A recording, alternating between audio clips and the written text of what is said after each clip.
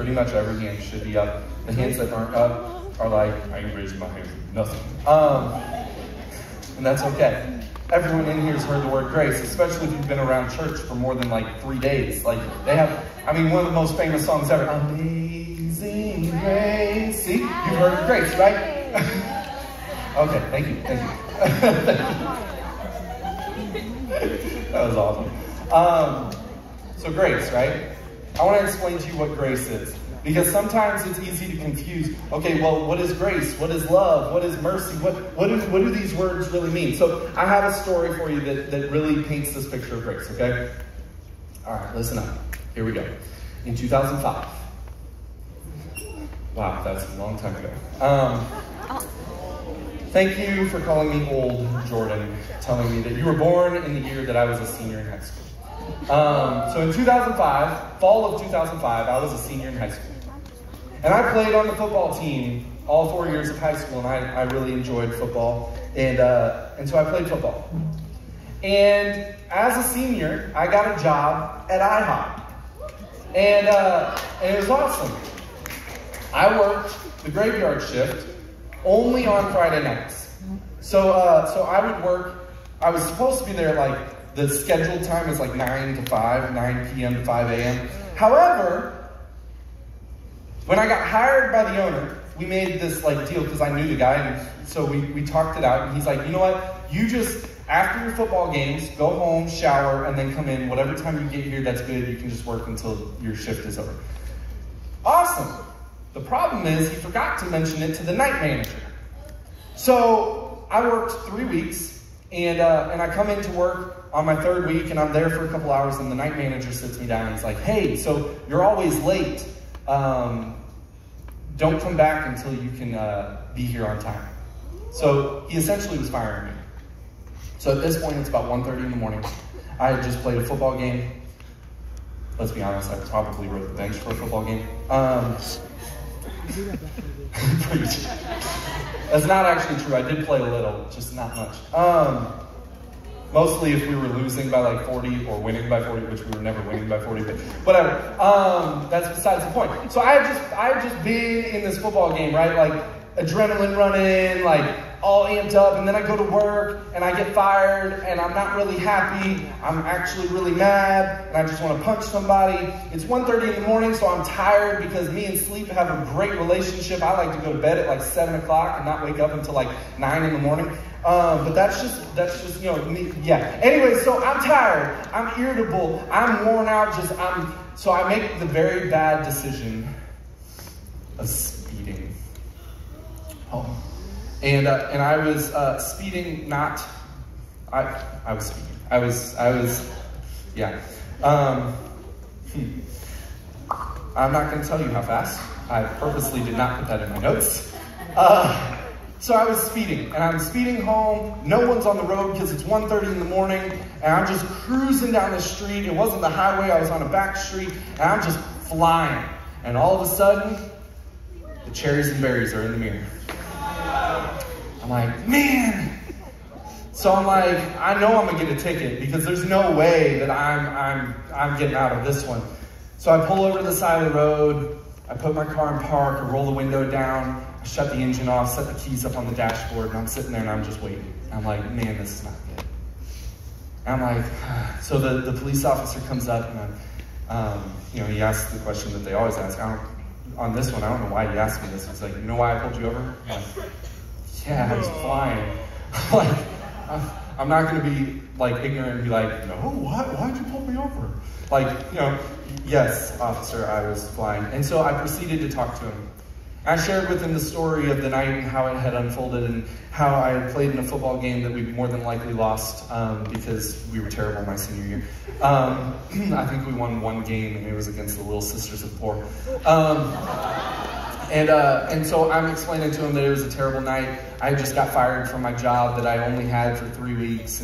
And it was just this bad moment. I was really tired and it was a total lapse in judgment. But I still know in my mind I'm gonna get a ticket. Like, if he doesn't give me a ticket, then like, that's just crazy because I was speeding. So I give him my license, I give him my insurance card, and he goes back to his car, and he comes back up, And he hands me my stuff back, and he proceeds to tell me, hey, I'm not going to give you a ticket. Not only am I not going to give you a ticket, I'm not going to give you a written warning. I'm just going to tell you, slow down. You can get home, you can go to sleep when you get there. Tomorrow will be better. You're okay. Slow down. That is mercy. See, mercy is not receiving something you deserve. In that moment, I deserved not only a fine, but a huge fine. I deserved a very, very, very big consequence. You know what's awesome about God is he gives us mercy.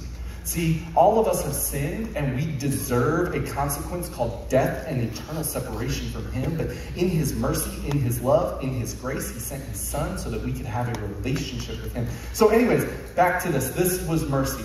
Now, grace, I told you that I was going to explain what grace was. See, grace would have been if he would have come up and not only said, hey, I'm not going to give you a ticket. I'm not going to give you a warning. And then he proceeded to pull out his wallet, pull out a $100 bill, and hand it to me and say, have a great night. That would have been grace. See, grace is getting something you don't deserve.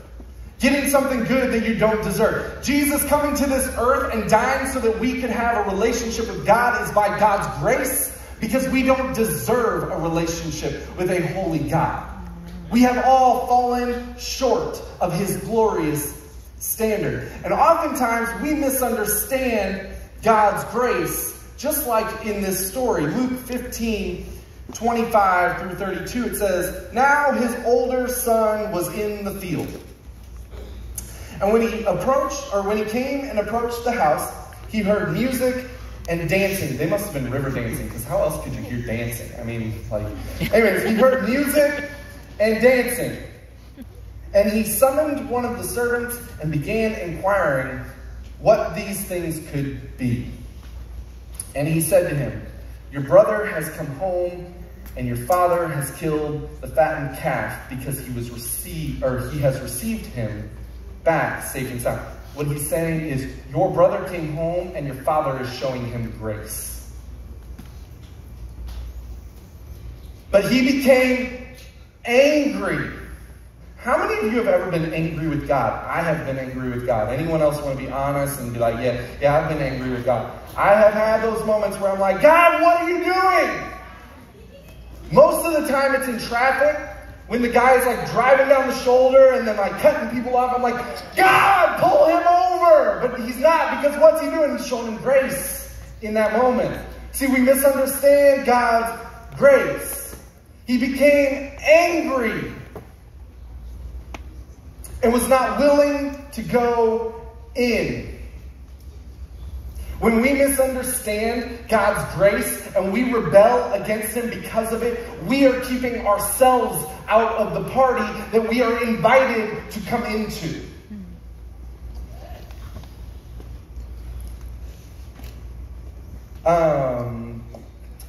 Became angry and was not willing to go in. And his father came out and began pleading with him. But he answered and said to his father, look, for so many years I have been serving you, and I have never neglected a command of yours. And yet you have never given me a young goat so that I might celebrate with my friends. So when this son of yours, but when this son of yours, he's not even like, but when my brother, he's like, but when this son of yours came, who has devoured your wealth with prostitutes, you killed the fattened calf for him. And he said to him, son, you have always been with me, and all that I have and all that is mine is yours. But we had to celebrate and rejoice, for this brother of yours was dead and has begun to live. And he was lost and has been found.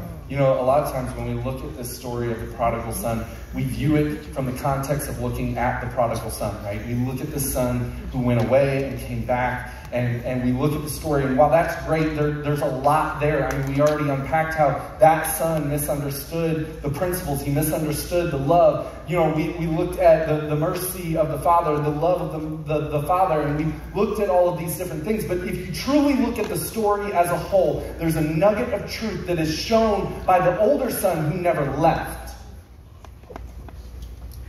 A nugget of truth that we sometimes put ourselves in a position where we don't understand God's grace.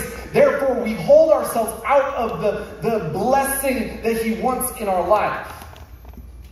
See, we don't understand the grace that He has given us. We don't understand the grace that He has given others. And so therefore, we hold ourselves out of what He wants for us. You know, oftentimes this is shown by how we come before God.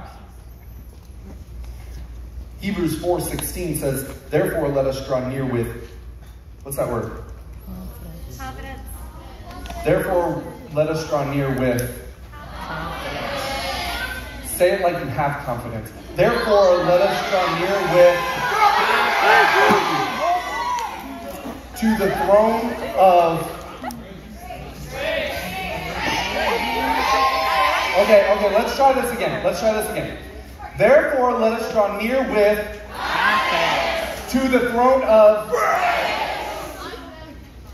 so that we may receive mercy and find grace to help in time of need. When we don't understand God's grace, we don't come confidently before His throne.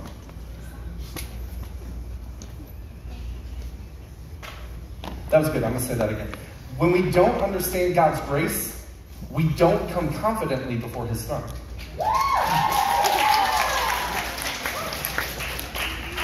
I can't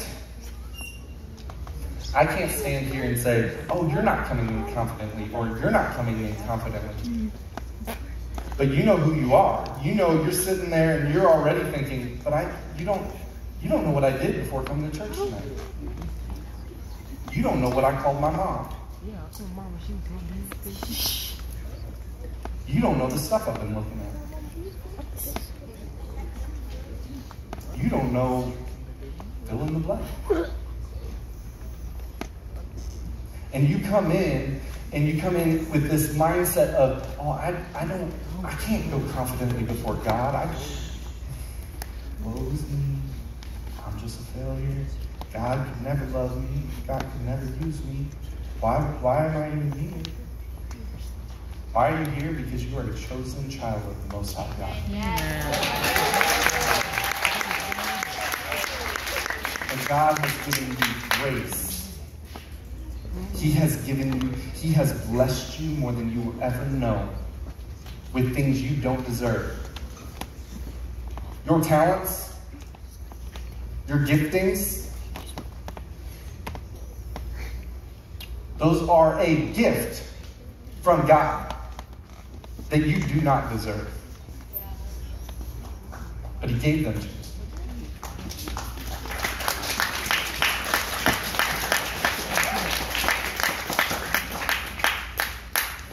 When we begin to understand God's grace, we begin to live in a life of submission to God's will. Right now, with every head bowed, every eye closed, I want to